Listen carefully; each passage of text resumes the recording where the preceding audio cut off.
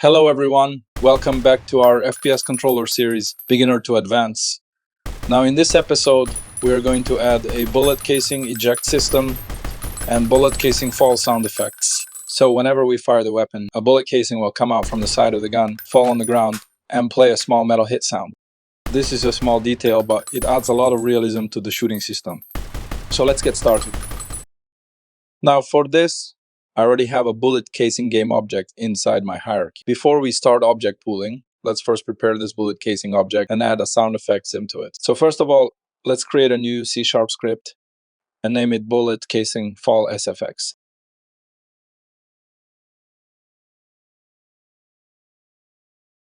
Double click to open up the script.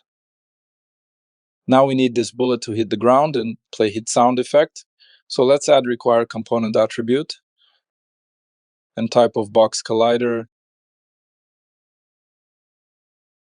Dot another require component attribute, and now type of rigid body, and add last require component attribute, and now type of audio source. This script needs mono behavior because we'll use unity events like start on collision enter and also coroutine. Now inside the class, first let's create a private audio source, audio player. This will play the sound effects when bullet case hits the ground.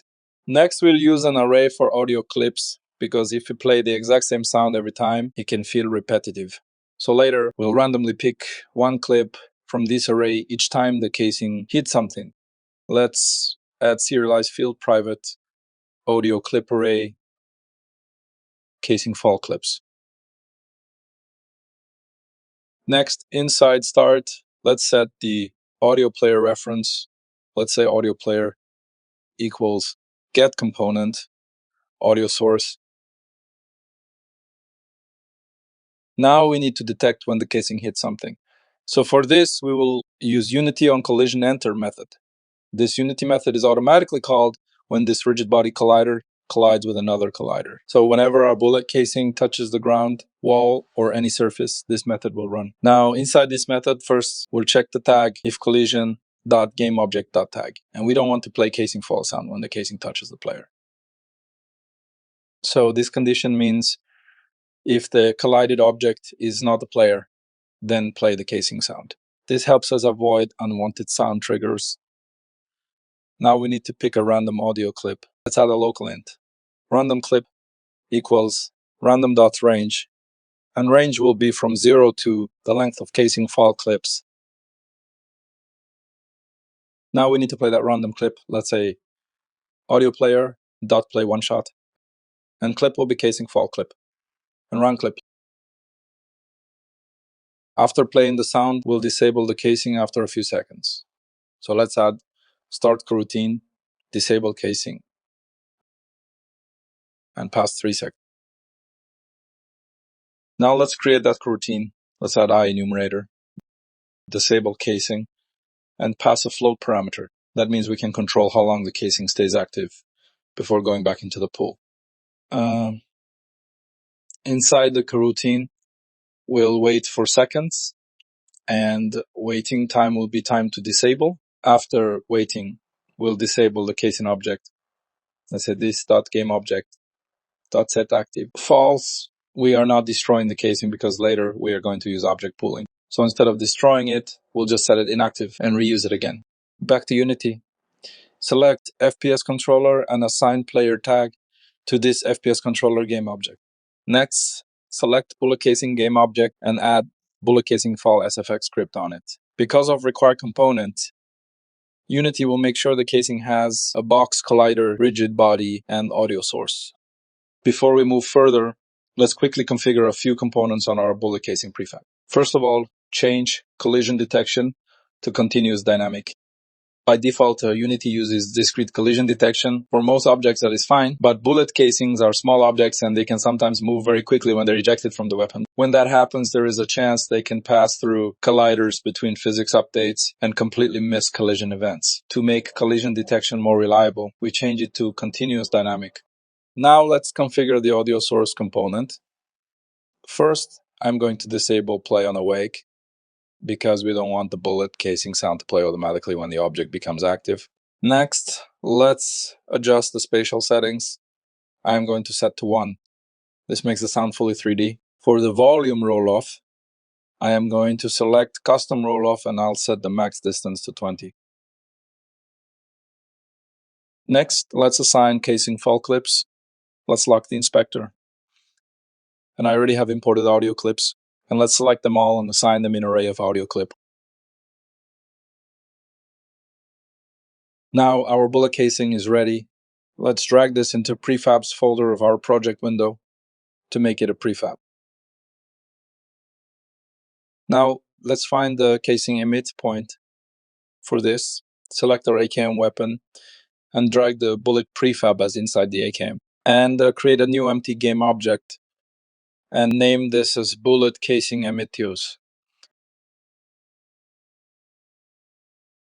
And set its position and rotation. After that, delete the bullet casing prefab from hierarchy. And now let's create our bullet casing pooling script. And name it bullet casing. Open up the script, and just like our weapon sway, recoil, and aiming systems, this will also be a serializable class. So we'll remove mono behavior and also remove start and update methods as well, and add serializable to make it a serialized class. Now, the very first thing we need is a bullet casing prefab. So let's add serialized field. Private game object bullet casing prefab. This is the prefab we want to spawn into our pool. We serialize it so we can assign the bullet casing prefab from the inspector. Next, we need a list. Instead of instantiating a new casing every time we shoot, we'll create a fixed number of casings once, store them in this list, disable them, and reuse them whenever needed. Let's add private list of game objects, bullet casing list equals new list of game object. This list will store all bullet casing objects that we create at the start. This is the base of our object pooling system. Next, we need the emit point. Let's add serialized field, private transform bullet emit point. This is the position where each casing will appear when the gun fires. Now we need minimum and maximum eject force of casing. Let's add serialized field, private float, bullet min force equals 10 for now. Duplicate this for max force and set its value to 15. These values control how strongly the casing gets ejected. Using minimum and maximum values gives us a random force every time. So the casing motion does not look exactly the same. Now we add random angle values to add small random rotation variation to the ejection direction. Let's add serialized field, private float, bullet random min angle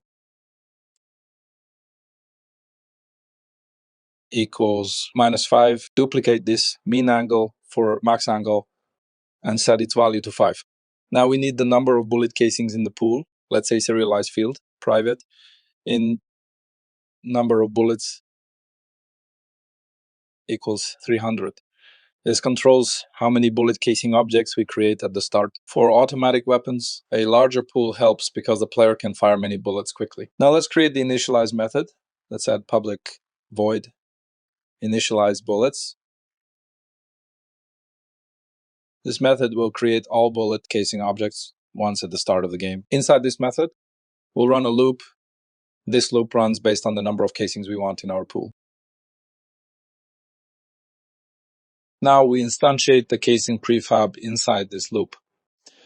Let's say game object, bullet casing equals Unity engine dot object. Instantiate an object to instantiate is bullet casing prefab. And for parent, currently we don't have parent when we initialize the pool. All casing objects needs to be created inside a holder. So let's create a serialized field, private transform, bullet casing holder. And now set the parent as bullet casing holder.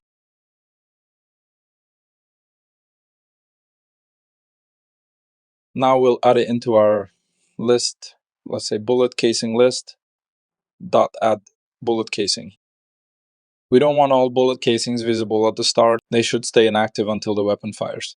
So we'll disable all bullet casing clones. Let's say bullet casing list I dot set active. False. Now we want this method to create all bullet casing objects once at the start of the game. Open up our weapon controller script and call the bullet casing class in this script. First, let's add a header for bullet casing. And then create a reference for bullet casing. Let's add serialized field, private bullet casing. Now in start, we'll call bullet casings initialized bullets method. Back to Unity editor, assign the references for bullet prefab, emit point, and bullets holder. First, let's drag our bullet casing prefab from project window and drop it in bullet casing prefab game object field. Now from hierarchy drag bullet casing emit pose object and drop it at bullet emit point. We already created an empty object for aim position. Let's utilize this for bullets holder, reset its transform component and rename this to bullets holder, and drag this to bullet casing holder to assign its reference. Hit play button and check for bullet casing clones. Let's open bullets holder, and you can see we have 300 clones, and they are currently disabled at the start of the game. Now let's implement a method to get a casing from the pool. Now let's get a casing from the pool. Let's create a method of return type game object. Let's say private. Game object get pool bullet casing. This method will search for an inactive casing. First, we choose a random index from the list of bullet casing. Let's add local int index equals unity engine dot random dot range and from 0 bullet casing list count. This helps avoid always reusing the casings in the same order. Next, we'll use a for loop, and we run this loop through the list of bullet casing. This loop will give us multiple chances to find an inactive casing. Now we check if the casing is inactive. Let's add if not bullet casing listed index dot active in hierarchy. If the casing is not active in the scene, it means it is available for reuse. First, we'll set its position. Let's say bullet casing list at index.transform dot position equals bullet emit point dot position. So the casing starts from the emit point. Then we'll return that casing.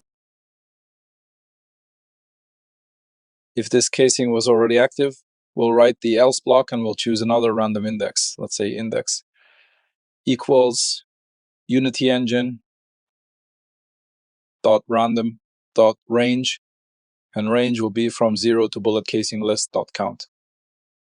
And if no casing is available, we return null. Now we create the emit method. This method will be called whenever the weapon shoots. Let's say public void emit bullet. First, we'll get an available casing from the pool. Let's say game object new bullet instance equals get pool bullet casing. This method searches our list and returns an inactive casing. Now we'll check if new bullet instance is not equals null. If we have an available casing to use, first we'll activate it. Let's say new bullet instance dot set active. True. This makes the casing visible and active in the scene. Next, we'll remove it from the holder parent. Let's say new bullet instance dot transform dot parent equals null. We do this because after emitting, the casing should move freely in the scene using physics. Next, we'll apply the player's velocity to the casing rigid body. Let's say new bullet instance dot get component rigid body dot linear velocity equals, and as we need to apply player's velocity, let's pass our FPS controller in this method. And open up the FPS controller script and change the access modifier of character controller from private to true or public. Back to bullet casing script, and linear velocity equals fps.controller.velocity. This gives the casing the same base movement as the player. So if the player is walking or sprinting while firing, the casing motion will feel more physically connected to the player. Now we'll create random rotation. Let's say quaternion random rotation. equals quaternion dot Euler, and for x-axis, unity engine dot random dot range, and from bullet random in angle to bullet random max angle, and copy the value for y and z axis and paste the same values. Now we add force, let's say new bullet instance dot get component rigid body dot add force random rotation multiply with bullet emit point dot forward, and multiply with unity engine dot random dot range, and from bullet min force to bullet max force. Here we take the emit point forward direction, apply random rotation to it, and multiply it with a random force value. So each casing is pushed outward from the gun with a slightly different direction and strength. Back to weapon controller script, and call this method when we are shooting, and pass FPS for FPS controller. Back to Unity editor, and before testing, let's increase the maximum and minimum forces from 15 to 150 and from 10 to 100. Let's test the game. And now if I start shooting,